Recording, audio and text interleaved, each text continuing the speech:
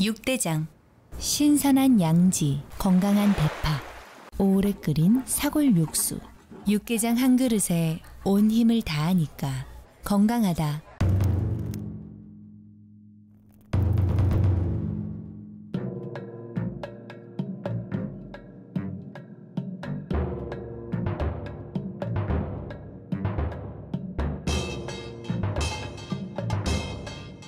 육개장은 육대장. 늘 행복이 넘치는 3월 보내세요.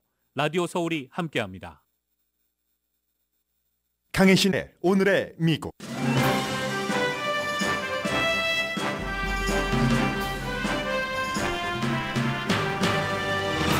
캘리포니아주가 월그린과 맺은 연간 5,400만 달러 규모의 계약을 연장하지 않기로 결정했습니다. 월그린이 보수 공화당주에서 우편으로 낙태약을 팔지 않기로 한 결정 때문입니다. 오늘은 세계 여성의 날입니다. 남녀 평등 개념으로 미국의 23개 주에서는 여성의 생리용품에 대한 세금이 없고 더 많은 주가 같은 조치를 취한다는 기사가 눈에 띕니다. 하원에 이어 연방 상원도 워싱턴 DC의 폭력 범죄자 형량을 줄이는 새로운 형사법에 반대하는 결의안을 통과시켰습니다. 공화당이 주도한 이 결의안에 찬성한 민주당 상원 의원이 33명이나 됩니다. 연방의회가 워싱턴 DC 법을 뒤집은 건 1991년 이후에 처음입니다. 바이든 대통령이 새로운 예산안을 의회에 보내면서 미국의 0.01% 억만장자에 대한 세금은 최저 25달러로 책정했습니다. 대통령이 강조한 또 다른 부분은 모든 미국인이 한 달 인슐린 값을 35달러로 제한받아야 된다는 내용입니다.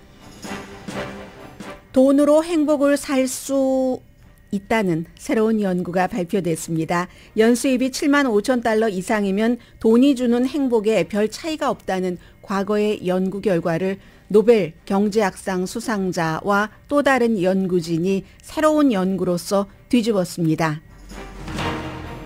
파인애플 폭풍이라고 얘기하기도 하고 대기의 강이라고도 말합니다. 캘리포니아주에 특히 북가주와 중가주에 이번 주말 다음 주 초에 다시 한번 겨울 폭풍이 불어닥칩니다. 캘리포니아 게빈 뉴섬 주지사가 두 번째 코비드-19에 감염됐고 증상은 약하며 따라서 적어도 닷새 재택근무를 합니다.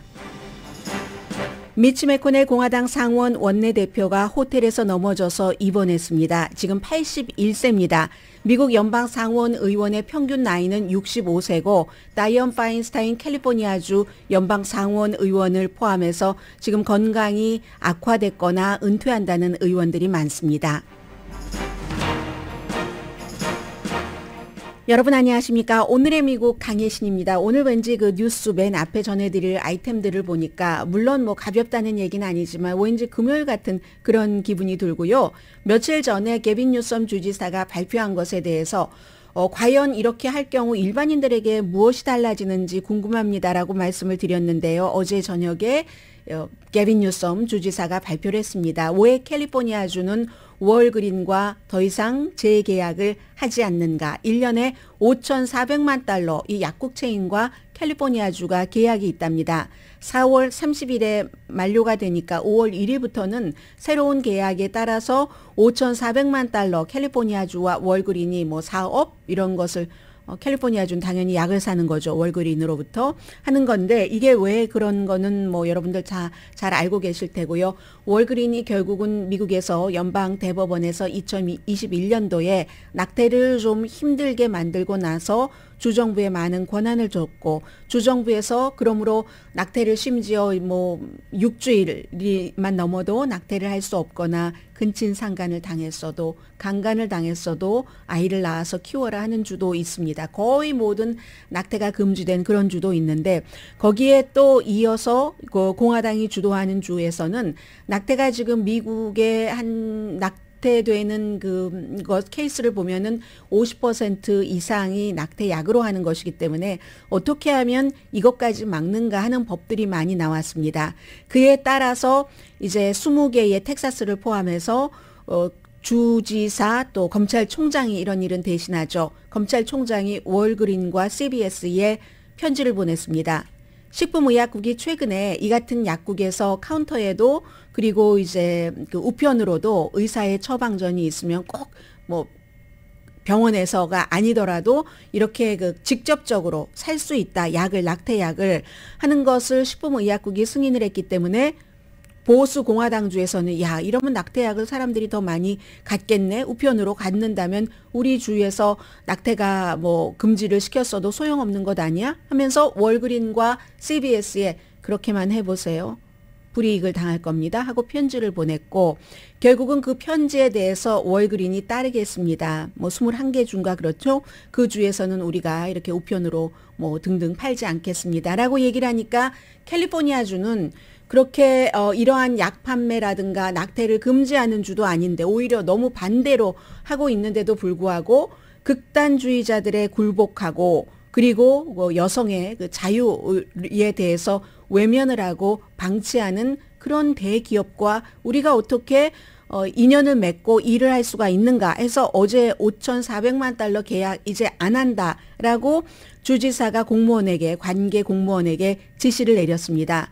그러면 이 5,400만 달러의 캘리포니아주에서 약을 사서 어디다가 쓰겠다는 것인가 궁금했는데요. 특히 캘리포니아주 감옥의 헬스케어 시스템. 감옥에도 당연히 약이 필요하죠. 항바이러스제, 뭐 항우울제, 심부전제, 뭐 고혈압 얼마나 많은 약물이 필요하겠습니까? 그 캘리포니아주의 교정국 감옥과 연관된 헬스 시스템에 지금 정부가 월그린과 계약한 게 5,400만 달러라는 겁니다. 아주 주지사가 얘기를 했어요. 우리는 다른 곳과 계약하겠습니다. 다른 약국에서 사겠습니다. 출산과 자유에 대한 정말 중요한 접근이 이 낙태약인데 이걸 차단하는 것을 어떻게 우리 캘리포니아주가 방관하겠습니까? 하면서 아주 미국 사람들은 홍보할 걸 확실하게 하잖아요. 캘리포니아주요? 경제 규모로 보면은 세계 국가로 놓고 봐도 4위입니다. 이게 뭐 자동차와 비슷하잖아요.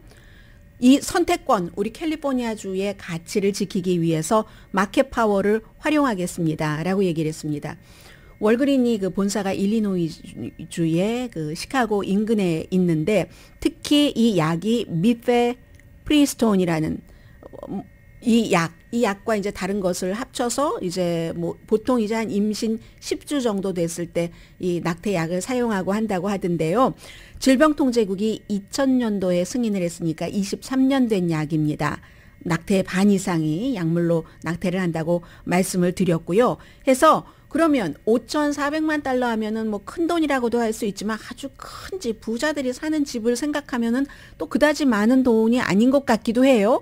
월그린의 매출에 비교를 해보자면 캘리포니아주를 잃어버린다. 다른 보수적인 뭐 21개 주에서 이제 약을 만약에 판다고 할 때 너무 불이익을 받는다고 하니까 그 불이익은 또 끊임없는 소송, 정부, 주 정부들과 20개가 넘는 주 정부들과 소송을 해야지 되니까 어쩌면 월그린으로서는 당연히 피할 수밖에 없는 문제일지 모릅니다. 주 정부들끼리 해결을 하시지 왜 우리 월그린을 힘들게 하시나이까 이런 말이 나올 만하죠. 그러나 어쨌든 그 수많은 주와 상대하는 것보다는 아직까지는 이렇게 그런 이유로 우리가 월그린에서 약을 사지 않겠습니다라고 발표를 한 주는 캘리포니아 주밖에 없거든요. 그래서 이제 캘리포니아를 하나를 놓게 되는 건데 매출을 보니까요. 8월 31일에 끝나는 그런 그 가장 최근의 매출을 보니까 1,327억 달러 매출입니다. 1,327억 달러. 캘리포니아주가 1년에 사지 않는 약은 5,400만 달러. 제가 계산기로 나눠봤더니 겨우 2,451분의 1입니다. 2,450분의 1 정도가 캘리포니아주에서 구입을 하는 그런 거였습니다. 뭐냐면 뭐 모든 주 다 팔고 뭐 미국만 팔겠습니까 하니까 그런데 이건 이제 캘리포니아주로서도 굉장히 상징적인 것이고 월그린으로서도 마찬가지죠. 게빈 뉴섬은 캘리포니아주에서 낙태가 금지되지도 않았지만 역할을 하겠다는 겁니다. 본인은 캘리포니아 주지사에서 더 높은 더 넓은 곳에 정치 단계로 갈 수도 있는 사람이기 때문에 캘리포니아주는 심지어는 어떤 분은 좀 심하다라고 생각하시는 분들도 계시잖아요. 낙태를 다른 주에서 금지를 해서 어떻게 할지 모를 때 그분들의 뭐 교통비도 드리고 숙박비도 드리고 하면서 낙태를 저희 주위에 와서 해주십시오 하고 환영을 하는 그런 주의이기 때문에 2천만 달러 뭐 이런 같은 비용에 쓰는 법안에도 서명을 했습니다. 아무튼 이게 캘리포니아주와 월그린만의 문제인가 이걸 자세히 들여다보면은 연방 대법원이 들어가 있고 진보주와 보수주의 싸움에서 일단은 월그린이라는 새우가 아니고 고래처럼 보이기도 하는데 어쨌든 등은 조금 터지기는 했습니다. 그런데 오늘이요. 이게 여성에 관한 거잖아요. 여성의 자유에 관한 것이고 평등에 관한 것인데 3월 8일이 세계 여성의 날이랍니다. 결국은 어떻게 시작돼서 유럽에서 먼저 어디서 먼저 미국은 3월이 여성의 달이기도 하고 한국도 여성의 날을 지키기도 하고 하는데 유엔이 제정한 것은 몇십 년 됐습니다. 공식적으로 1975년도 유엔이 공식으로 제정을 해서 여성 노동자들이 이제 제일 처음에 이제 막 이거 뭐 우리 너무 불평등해요 해서 시작된 게 여성의 날이랍니다. 1908년도에 미국의 노동자 15만 명, 야, 1908년도에 15만 명이 뉴욕 거리에 와서 시위를 했다고 하니까 여성들이 얼마나 대규모입니까? 노동 시간도 단축해라, 임금 인상해라, 노동 환경도 좋게 해라. 그리고 물론 그때는 없었으니까 여성의 투표권 같은 것도 얘기를 했답니다. 그래서 1년 뒤에 1909년이군요. 미국 사회당이 뭐 당이 지금도 우리가 이름도 익숙하지 않는 당도 많잖아요.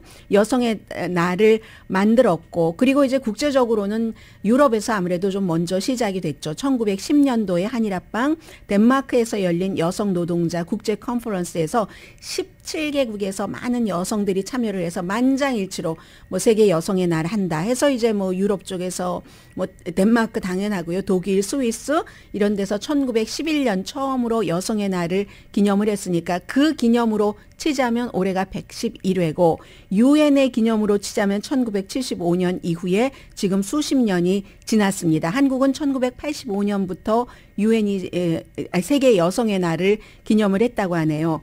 올해의 이 주제가 이것도 정말 딱 맞네요. 디지털 올. 남자와 여자의 평등 이런 것을 이루려면 혁신과 기술이다. 혁신과 기술에서 여자 소녀들이 여기에 이제 뒤처지지 않도록 왜 많잖아요. 아프가니스탄에서 여학생들 교육 못 받게 하고 이란에서 지금도 시위를 하고 있고 많은 중동의 여성들 뭐 스카프로 칭칭 감고 다니고 그러면서 무슨 이 디지털 세대 막 나가는데 이런 교육을 안 시킨다. 이게 이제 올해의 유엔이 정한 세계 그 여성의 날을 맞고 여성의 해 뭐 1년 내내 해가는 그런 프로젝트인데요. 미국에서는 얼마 전에 이제 그 여성 그 축구팀이 남자와 똑같이 돈을 받는 거 동등한 그 임금 역사적으로 합의를 했잖아요. 이게 가만히 있었으면 안 해줬을 텐데 여자 선수들이 5년 내내 싸우고 법정까지 가서 이런 일이 있었고 그런데 제가 앞서 말씀드린 월그린과 캘리포니아의 관계가 여기서도 나옵니다. 그런 미국에서 멕시코가 카톨릭 국가인데 그 낙태가 허용된 국가인데 미국이 낙태가 금지됐잖아요. 그래서 미국 사람들이 꼭 멕시코에 성형 관광만 가는 게 아니라 국경에 가까운 곳에 살고 있는 미국 여성들은 낙태하러 멕시코도 간다고 하잖아요. 뿐만 아니라 남자와 여자 이건 이 낙태 문제는 여성의 권리이기도 하지만 남성의 권리이기도 하지만 이런 것들도 있었네요. 저도 한 번도 생각해 보지 않았는데 미국에서 여성의 날을 맞았으니까 이런 기사가 나오는 겁니다. 23개 주와 워싱턴 DC는 여성 생리용품에 대한 세금을 금지한 줄 압니다. 이 남성분들도 들어주세요. 뭐 여러분들 따님, 와이프, 뭐 조카 다 해당되는 얘기입니다. 그리고 12개 주도 고려를 하고 있답니다. 이거 이제 뭐 생리세금 이렇게도 얘기하고 그 밖에 이걸 빼고는 샴푸라든가 아니면 뭐 여성들도 면도기 같은 걸 쓰시는 분들이 계시잖아요. 그런 것. 그 밖에 여러 가지가 남자용품과 여자용품에서 기본적으로 가격이 여자용품이 뭐 10몇 %에서부터 20몇 %까지 비싼 것도 있고 그리고 특히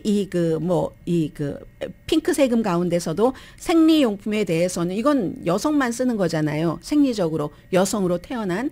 그래서 이제 여기에 대해서는 사실은 세금을 없어야지 된다. 이런 일들을 많이 하니까 캘리포니아라든가 뉴욕이라든가 많은 진보적인 주에서는 세금이 없다는데요. 한번 사실 때 한번 여러분들 보세요. 세금이 없고 세계 여성의 날 오늘 이제 공식 웹사이트를 이렇게 보니까 색깔이 보라색, 초록색, 흰색이 여성의 날을 상징하는 색이랍니다. 보라색은 뭐 항상 뭐 장엄함, 뭐 교황의 색 이런 것도 있지만 정의 또 존엄성, 유엔에서 얘기하기는 녹색은 뭐 상상하시는 대로 희망, 흰색은 순결, 뭐 이건 약간의 또 요즘 시대가 달라지면서 이슈가 되기는 하지만 아무튼 그렇게 해서 지금 23개 주와 워싱턴 DC에서 이 생리 세금이 없는 게 오늘 이제 확 주목을 받고 있는데 사이클마다 한 $20씩 돈이 들어서요. 남성분들 처음 들으시는 얘기일 거예요. 여성분들도 뭐 이거 계산해 보시겠습니까? 여성의 날이니까 한번 저와 같이 계산해 주세요. 평생 18만 8천 달러를 생리용품에 쓴답니다. 그렇게 돼서 그런데 4명 가운데 1명은 이런 것을 살 돈이 없다. 더군다나 지난해에는 여러 가지 문제로 가격이 8%에서 10% 정도 올랐는데 여성들만 이것을 물건을 사서 쓰고 남성과 달리 그리고 막 세금도 내고 하는 것을 인식조차 하지 않는 사람들이 굉장히 많지만 연방 대법원이 이제 낙태 금지 이런 것 이후에 남녀 평등 이렇게 해서 주목을 요즘 조금 받고 있답니다. 지금 의회에 108개의 법안이 건강 관련 법안이 지금 나와 있다고 하거든요. 그래서 CBS 같은 경우는요. 10월부터 12개 주에서 본인들이 여성 생리용품에 대해서는 여성들에게 그 세금을 내라고 하지 않고 본인들이 세금을 부담을 한답니다. 참 저도 몰랐었던 얘기예요. 뭐 하와이라든가 조지아, 알칸소, 텍사스, 유타, 위스콘신, 뭐 웨스트버지니아 등등에서는 그냥 CBS 우리가 물건 팔고 우리가 세금 내겠습니다 한다는 거고요.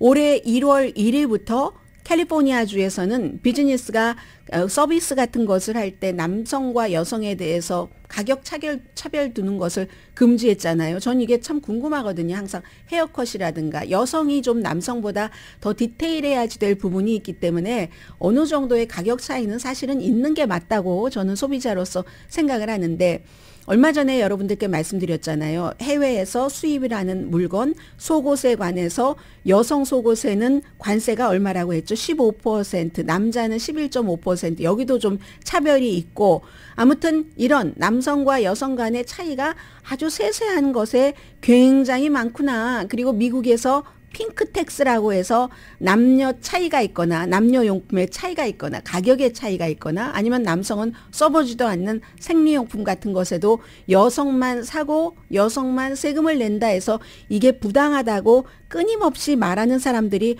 엄청 많구나 하는 걸 오늘 여성의 날이니까 한번 말씀드려봤습니다.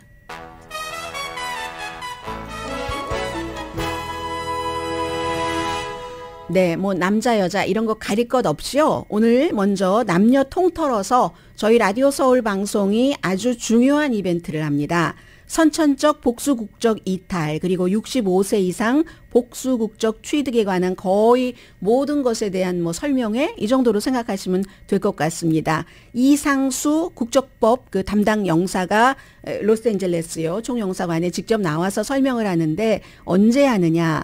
낮 12시부터 1시까지 저희 라디오 서울 방송이 얼마 전부터 그 뉴스 프로그램을 확대해서 뉴스와이드라고 1시간 내내 뉴스를 합니다. 그리고 정연호 보도국장이 직접 맡아서 진행을 하는데 오늘 그 시간에 정연호 보도국장이 이상수 국적법 담당 영사에게 남자 여자 통틀어서 여러분의 스토리 궁금하신 분들 많으실 거예요. 65세 특히 이상이신 분들은 뭐 선천적 복수국적 이탈도 있지만 복수국적 취득이요. 65세 이상 되신 분들이 내가 나중에 어디서 살까?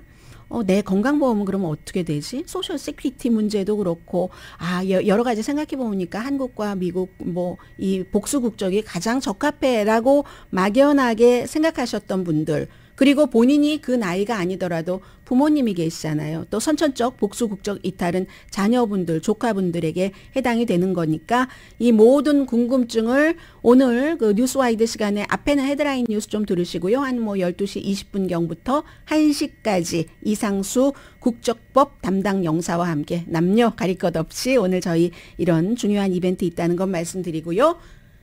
오늘의 미국은 신용의 상징 유한양행 건강식품과 누구나 젊어지는 얼굴 피부과학 셀리온, 이민법 가정법 전문 제인정 종합법률 사무소, 프리미엄 고기 쌈밥 전문 레스토랑 쌈, 재래식으로 직접 만든 검정콩 생순두부 수라원 순두부, 총 20억 달러 승소, 교통사고와 상해 전문 브라이언 다필라와 CG 변호사 그룹 공동 후원입니다.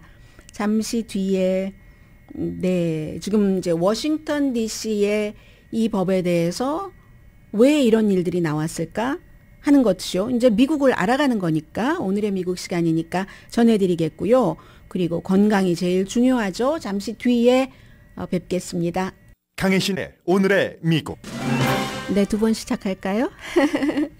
자, 오늘의 미국 듣고 계십니다. 오늘의 미국 듣고 계시고요. 참 이상하죠. 이 그 화면에 크기가 어제와 좀 달라졌습니다. 그랬더니 아니 왜 늘 있는 위치 그쪽을 누르죠? 옆에를 눌러야지 되는데요. 하원에 이어서 상원에서도 워싱턴 DC의 범죄자에 대한 형량을 줄이는 워싱턴 DC의 시의원들이 만장일치로 통과시킨 이를테면 워싱턴 DC의 법이죠. 그 법을 뒤집는 것, 지금은 그럴 때가 아니다 하는 것을 상원에서도 통과시켰습니다. 워싱턴 DC는 그 자치시이기 때문에 최종적으로는 어떤 때 이 법을 만들어서 스스로 그 운영을 하지만 그렇지만 이게 안 되겠다 싶으면 연방에서 그것을 제재를 할 수 있는 권한이 있습니다. 그렇기 때문에 이제 자치로 평소에 하라고 두는데 이건 아니다 싶으면 그렇게 하는데 이번에 이제 그 공화당이 하원에서 다수당이 됐기 때문에 당연히 법, 치안 이렇게 하면은 민주당보다는 공화당이 그것을 막는 방법에 있어서 좀 강한 집행을 원하잖아요. 그래서 하원에서 먼저 통과가 됐고 상원에서도 며칠 전에 바이든 대통령이 만약에 상원에서도 통과시키면 내가 비토하지 않겠다라고 얘기를 했습니다. 이건 이제 민주당이기 때문에 워싱턴 DC가 워낙에 민주당 성향이 강하고 그래서 약간 공화당이 주도해서 한 이것을 대통령이 비토를 안 해 하는 문제도 있었는데 하원에서는 또 대통령을 원망을 많이 했습니다. 지난 며칠 동안. 아니 대통령이 우리 하원이 그런 것을 투표하기 전에 분명히 나 비토하지 않는다고 입장을 밝혔으면 우리도 워싱턴 DC의 자치 권한을 더 강조하는 것보다 지금 범죄가 중요하니까 이걸 막아야지 된다 하면서 민주당도 더 많이 협조를 했을 텐데 왜 대통령이 그렇게 입장을 늦게 밝히느냐 해서 지금 대통령과 민주당 하원 사이엔 약간의 좀 골이 생겼습니다. 특히 낸시 펠로시 하원 의장이 미리 말 좀 해주지라고 얘기를 했었거든요. 그래서 어제 하원에서는 찬성이 82일 반대가 14였습니다. 그러면 공화당이 49명밖에 안 되는데 81명이 나와서 민주당 상원 의원도 33명이 워싱턴 DC가 범죄자에게 형량을 가볍게 요즘 카제킹, 폭력 범죄 이런 게 많은데 그렇게 해주는 거 안 돼. 하고 안 돼. 이렇게 이제 그 민주당이 33명이 공화당 쪽에 딱 이제 붙은 거죠. 그렇게 해서 무소속인 그 크리스틴 시네마 민주당이었다가 무소속이 된 애리조나주의 상원 의원도 찬성을 했고 이 33명 가운데는 민주당의 다수당 대표 척 슈머도 포함되어 있고요. 균형을 맞추기 위해서인지 왜냐하면 자유, 자치 이런 것 때문에 민주당의 상원 2인자인 딕 더비는 일리노이주 의원은 반대를 했습니다. 나머지 그 반대한 공화당과 또 의견을 같이 하지 않고 했었던 그 14명 가운데 코리 부커라든가 버니 샌더스라든가 엘리자베스 워렌 이렇게 좀 진보적인 의원들이 많이 있었고요. 그 조지아주의 라파엘 워너 그 연방 그 상원 의원은 출석만 한 것. 이건 아주 특별하게 한 겁니다. 출석도 안 한 사람들도 있거든요. 예를 들어 다이언 파인스타인 지난주에 대상포진 때문에 병원에서 치료받았었잖아요. 그리고 또 민주당의 존 페러맨이라는 심장 질환을 앓고 있는데 또 우울증 치료까지 받은 그런 의원들은 그 불참을 했고, 또 다른 의원 2명과 나간 의원 가운데 아무튼 33명이나 이것을 공화당 안을 찬성했다고 하는 것은 그만큼 지금 선거를 앞두고 이제 대선이라는 큰 선거와 하원 의원들 선거 있잖아요. 뭐 상원 의원도 있고 하니까 우리도 공화당에 져서는 안 되겠다. 범죄에 강하게 대처하는 것을 보여줘야지 되겠다 해서 나온 겁니다. 그래서 연방의회가 워싱턴 DC의 법을 뒤집은 건 1991년 이후에 처음입니다. 그럼 30몇 년 만에 처음이죠. 대통령도 본인 이제 재선 출마 이런 것들을 이제 발표 시기를 저울질하고 있으니까 강하게 범죄에 대처한다는 인상을 주고 싶었던 거고, 폭력 범죄가 요즘은 전염병처럼 미국에서 퍼지고 있잖아요. 특히 이제 팬데믹 이후에, 그 이전 이후에도 여러 요인이 있지만 팬데믹 이후에는 뭐 아시아계를 대상으로 한 범죄라든가 이런 것도 많았고, 하원에서도 민주당 가운데서도 여기 찬성한 의원이 있습니다. 하원에서도 공화당이 주도해서 250대 173 뭐 찬성 반대로 통과시켰는데 그땐 31명의 민주당이 찬성했거든요. 그런데 상원은 뭐 다 해봐야 51명 대 49명인데 민주당이 많잖아요. 212명인가 그렇잖아요. 이 하원에서는. 그 가운데 31명 된 것과 50명 가운데서 33명 된 것은 차이가 크죠. 이게 대통령의 입김이라는 겁니다. 하원이 투표할 땐 대통령이 그냥 가만히 있으니까 비토해 줄까 하고 서로 선을 같이 가지고 가지 않은 거죠. 지금 대통령과 백악관과 하원에서는. 상원에서는 대통령의 뜻을 알았기 때문에 이런 거 같이 뭉치는 게 좋겠다 해서 같이 간 것이고요.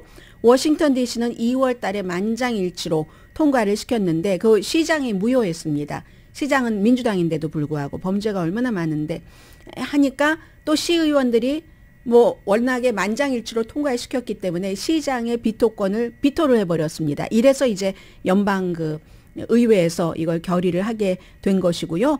워싱턴 DC 한 70만 명 정도 살고 있잖아요. 그렇지만 의회에 대표는 없고 자치적으로 뭔가를 해나가는데 헌법과 또 다른 워싱턴 DC 법에 의해서 의회가 평소에는 가만히 두는데 결정적일 때 이렇게 확 이건 아니지 하고 잡아채는 경우는 있습니다. 원래 2025년부터 발효할 예정이었는데 이렇게 돼서 뭐 그렇게 됐습니다.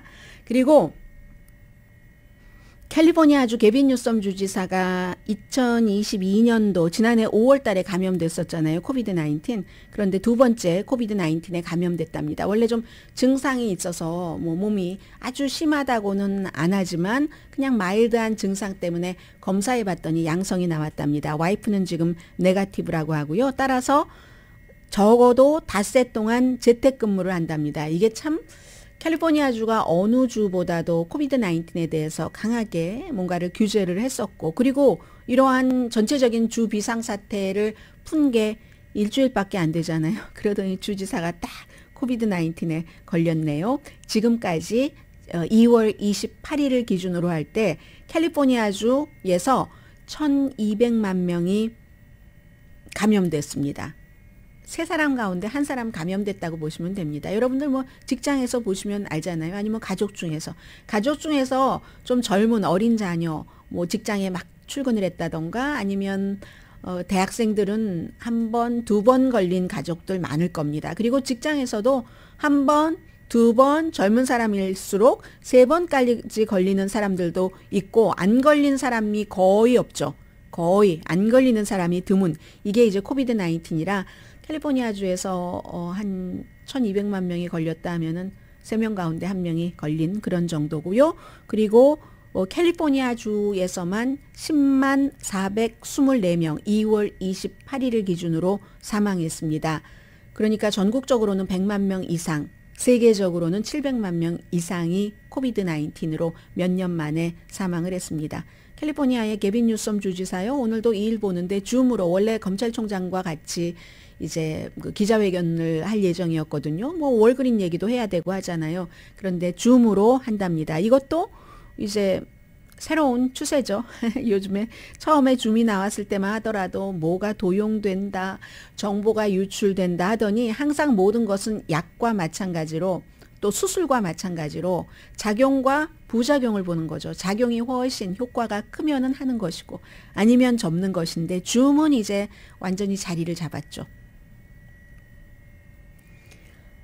이 뉴스는 연방 상원 의원이기 때문에 중요하고 또 그 상원 의원의 나이가 81살이나 되기 때문에 중요합니다. 아직 병원에서 퇴원했다는 얘기는 못 들었습니다. 워싱턴 호텔에서 어제 저녁에 미치 매코넬 공화당 상원 원내대표가 개인 디너였답니다. 저녁을 먹다가 이제 넘어졌대요. 넘어져서 병원에 가서 치료를 받았는데 지금 어떻게 됐는지 구체적으로는 얘기하지 않고 있습니다. 81세나 됐으니까. 그리고 이분이 이제 어렸을 때는 이제 소아마비, 81세 되신 분이 소아마비였다면 그때는 참 굉장했었잖아요. 나중에는 뭐 다 그런 병 자체가 없어졌지만. 그래서 2019년도에도 켄터키가 지역구잖아요. 아주 보수적인 시골. 켄터키 집에서 넘어져서 그때도 몇 주일 동안 집에서 일했었던 적이 있습니다. 집에서 넘어져서 그때는 어깨 골절이었었거든요. 이번에는 넘어졌는데 구체적인 것은 얘기하지 않으니까 모르지만 아무튼 81세가 된 그것도 공화당의 상원 원내대표가 넘어졌다 하니까 이게 큰 뉴스일 수밖에 없고요. 지금 그 상원이 워낙에 임기가 6년이고 하원 의원 하다가 상원 의원 하는 경우가 많잖아요. 좀 정치적으로 넉넉하고 또 뭔가를 결단을 내릴 때도 하원은 2년 만에 한 번씩 선거를 해야지 되니까 무척 말초적인데 그에 비해서 상원은 임기가 3배 기니까 조금 느긋하고 어른스럽게 많은 일을 그 정치인으로서 해나가는 경향이 있는데 지금 미국 연방 상원 의원의 평균 나이가 65세입니다. 그러니까 병원에 지금 입원을 해서 우울증 치료를 받고 또 받고 있는 그 존 페르만이라는 그 펜실베니아의 부지사였다가 초선 연방 그 상원 의원이 나이가 젊은 편입니다. 53살이잖아요. 53살인데 이렇게 심장질환으로 어려움도 겪고 했었는데 그렇게 65세나 되니까 게다 대고 다이언 파인스타인 연방 상원 의원이 지금 이제 더 이상은 나가지 않겠다. 90세잖아요. 했죠? 그리고 지난주에 대상포진으로 병원에 입원을 했었고 이런 일들이 있기 때문에 연방 상원이 더군다나 아주 51대 49로 그다지 어느 당에 확 기운 것이 아니기 때문에 무척 중요한 거죠. 물론 다이언 파인스타인 연방 상원 의원 의석이야 워낙에 샌프란시스코 캘리포니아 주니까 민주당이 가져가겠지만 뭐 지금 그 존 페르만 민주당 또 이 아주 건강하게 회복되겠죠. 이렇게 그 미치 매코넬 뭐 상원 의원 이런 경우는 사람들이 신경을 쓸 수밖에 없습니다. 언제 퇴원할지 모른다고 하네요. 지금 보니까. 그리고 케이블 텔레비전에서는 열심히 지금 캘리포니아주가 5,400만 달러나 되는 월그린과의 계약을 끝냈다. 그 컨트랙트를 끝낸 것이 캘리포니아와 월그린이 계약을 끝냈다는 것 자체가 중요한 게 아니라 이 이슈가 낙태와 연관돼서 그렇다. 낙태약. 더 크게 보면 낙태와. 그래서 지금 전국적인 뉴스가 되고 있고요. 잠시 뒤에 미국의 대통령의 그 나의 예산안은 이렇습니다 하는 것에서 중요하게 생각하는 것. 그리고 대통령의 예산안은 대통령의 예산안이고 나에게 돈이란 무엇인가? 행복이란 무엇인가? 돈과 행복이 전혀 상관없다고 얘기하시는 분들이 아직도 계시던데 그런 분들은 한 번도 돈 때문에 고통받아 본 적이 없으신 분이 아닐까 그냥 짐작을 해봅니다. 잠시 뒤에 돈과 행복 새로운 여론조사가 아니라 연구 결과 전해드립니다.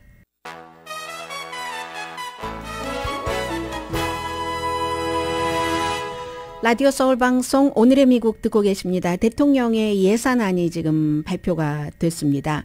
그런데 얼마냐면요. 내년 지출을 6조 8천억 달러. 6조 8천억 달러. 그러면 이제 뭐 이걸 다 어떻게 마련을 하느냐 등등 뭐 여러 가지 얘기가 나오는데 뭐 중요한 것은 이제 지금 우크라이나 그쪽에 얼만큼 지원하는가 뭐 8,850억 달러를 제안을 했고 그리고 국방이 아닌 뭐 비국방 분야에 많이 했는데 민주당대로 왜냐하면 제가 지금 자세히 말씀드리지 않는 이유가 대통령의 예산안은 상징적입니다. 내가 어떤 것에 중요한 것을 담고 있습니다 하는 것을 국민에게 보여주는 것이 더군다나 재선 출마 발표를 바로 앞둔 지금 모든 돈에 관한 것은 하원에서 합니다. 예산 이런 중요한 것을. 그렇기 때문에 이제 조정을 하는 거죠. 서로. 그러니까 그림을 이제 대통령이 먼저 보내면 그래? 대통령이 지금 이 정도를 보냈어? 우리는 지금 이 정도를 생각하고 있는데 그러면 맞춰보면 서로 여기서 양보하고 여기서 양보해서 이렇게 된다. 그렇기 때문에 큰 그림만 보시는 게 중요합니다. 메디케어 강화한다는 거고 사회보장제도 철저히 지키겠다는 것이고 그것을 위해서 필요한 돈은 억만장자 세금으로 많이 불리고 있는 그런 것.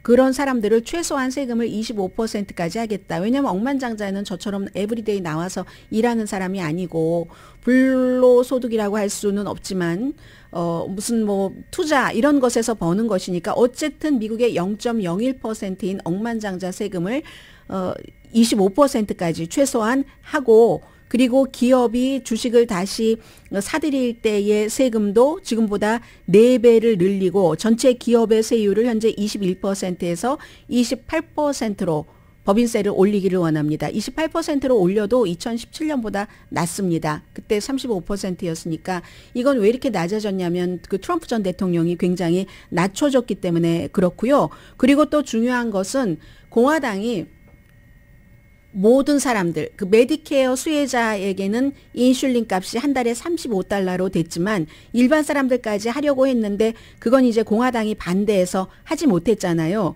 거기에 대해서 이제 워낙에 이 정부가 압박을 하니까 제약회사에서 그냥 일반인들도 엘리 무슨 회사죠? 엘리 릴리 그 회사에서 우리도 그냥 모든 사람에게 $35씩 하겠습니다. 이런 얘기는 했잖아요. 그래서 한마디로 부자에 대한 세금을 인상한다. 최저 25% 정도로 하자.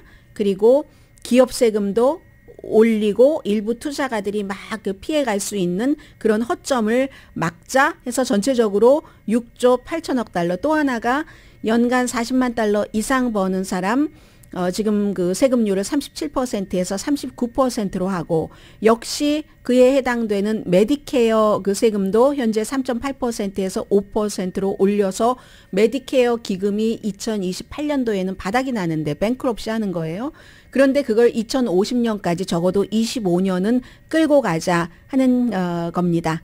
그래서 그게 이제 중점적인 것이라고 할 수 있고요. 그래서 엊그제 제가 바이든 대통령이 직접 국민에게 이 같은 발표하기 전에 화요일이었었죠. 뉴욕타임즈의 기고문에 마가 공화당 뜻대로 되면 시니어들이 처방약 또 인슐린에 더 많은 본인 부담 내야지 되고 적자는 커지고 메디케어는 약해질 것이다. 바이든 대통령 입장입니다. 바이든 대통령이 발표를 했으니까 공화당이 또 여기에 대해서 좋다고 말할 리는 없을 것 같고 뭔가 사람들이 들어둘 만한 점을 꼬집어서 얘기를 해주겠죠. 새로운 연구 결과 돈으로 행복을 살 수 있답니다. 워싱턴 포스트가 오늘 자세히 보도했는데 이제 두 사람의 연구진이에요. 전문가인데 두 사람 가운데 한 사람은 노벨 경제학상도 받았고 심리학상도 받았고 그분이 이제 데니엘 카네만 그리고 또 한 분은 매튜 킬링스워스라는 이분은 이제 행복에 관한 연구의 전문가 유펜 와튼 스쿨에서 가르치고 있고요. 해서 원래 얼마 전에 몇 년 전까지 우리가 이 얘기 많이 인용하잖아요. 7만 5천 달러 이상 벌면 더 이상은 의미가 없어. 제가 몇 개월 전에도 친구에게 그런 얘기 들었는데 저는 아닌 것 같아요. 요즘에 이것도 혼자 살고 그냥 저냥 소박하게 산다 하면 되는데 물가가 얼마나 높습니까?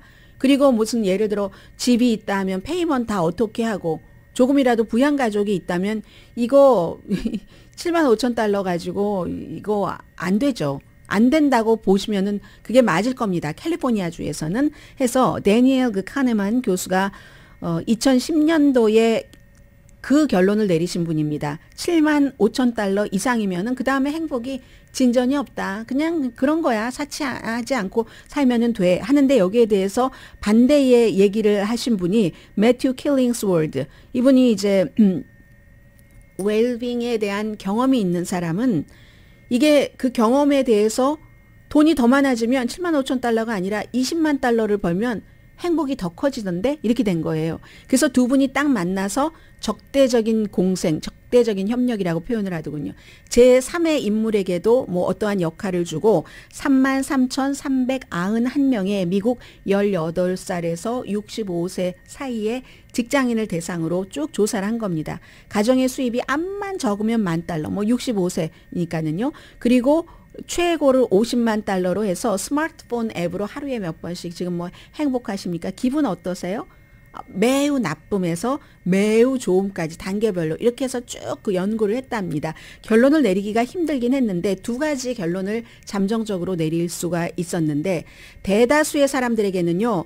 소득이 높을수록 행복이 증가했답니다. $75,000 그 이상 돼도 계속 행복하더라는 겁니다. 그런데 두 번째는 어느 정도 높아져도 $75,000 이상이 돼도 불행한 사람이 있더래요. 20%의 사람들. 그런데 이런 사람들 불행의 요인을 보면은 뭐 우울증을 앓고 있다던가 아니면 너무 사랑하는 사람과 사별을 했다던가. 그런데요. 그분들도 이 $75,000의 수입이 $100,000로 늘어나면은 고통이 조금 줄어들더랍니다. 그리고 나서 어느 정도 줄어든 그 고통이 완전히 사라지지는 않지만 어쨌든 새로운 행복에 이제 딱 정체기가 있는 건 마찬가지예요. 지난번에 $75,000 거기서부터 지금은 인플레이션도 너무 크니까 그 $75,000가 깨진 것인지는 모르겠으나 해피하지 않은 사람도 $75,000에서 $100,000 이상 되니까 어느 정도까지는 그 행복해지더라라는 거. 그리고 나서 뭐 비참함이 계속 유지되는 부분도 있기는 있지만 해서 이거는 어차피 정도 상한선 얘기하는 건 아닌가요? 그 정도와 상한선은 시대에 따라서 변할 수 있는 게 뭐 당연하고 그리고 상한선이 낮아질 리는 없잖아요. 웰빙에 대해서. 돈이 당신을 완벽하게 어떤 분이 이제 이런 기사 아래 막 뭘 달았어요. 이게 이제 논문으로 발표가 된 건데 막 댓글 같은 거 막 단 걸 보니까 돈이 당신을 완벽하게 행복하게 만들지는 못한다 하더라도 그래도 페라리 차 안에서 우는 게 낫지.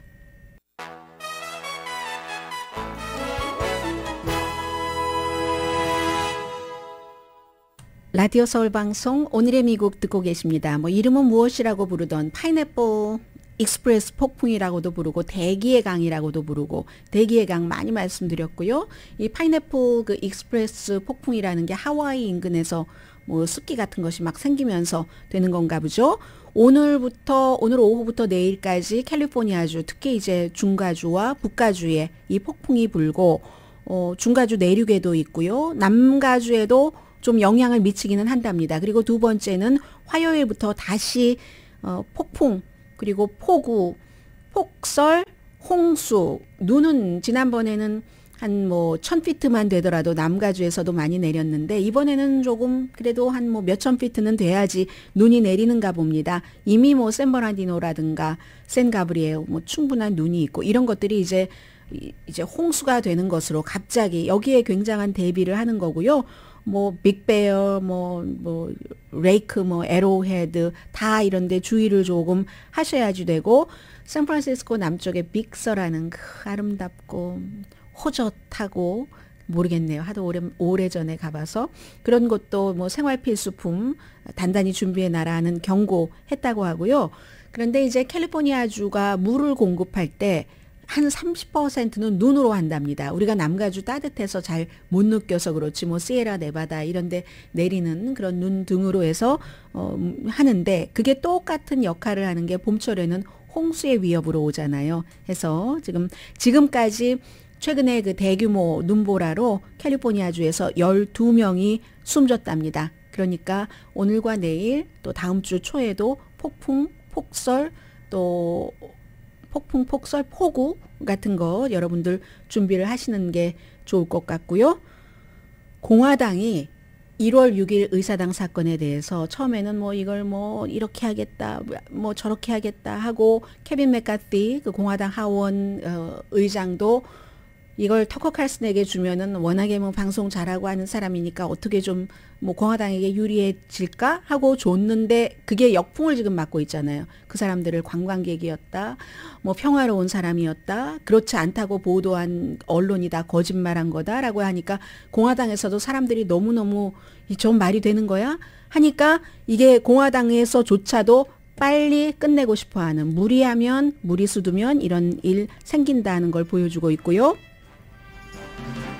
오늘의 미국은 신용의 상징 유한양행 건강식품과 누구나 젊어지는 얼굴 피부과학 셀리온, 이민법 가정법 전문 제인정 종합법률사무소 프리미엄 고기 쌈밥 전문 레스토랑 쌈, 재래식으로 직접 만든 검정콩 생순두부 수라원 순두부, 총 20억 달러 승소, 교통사고와 상해 전문 브라이언 타필라와 CG 변호사그룹 공동 후원이었습니다. 10시에 좋은 아침, 좋은 하루 방송됩니다.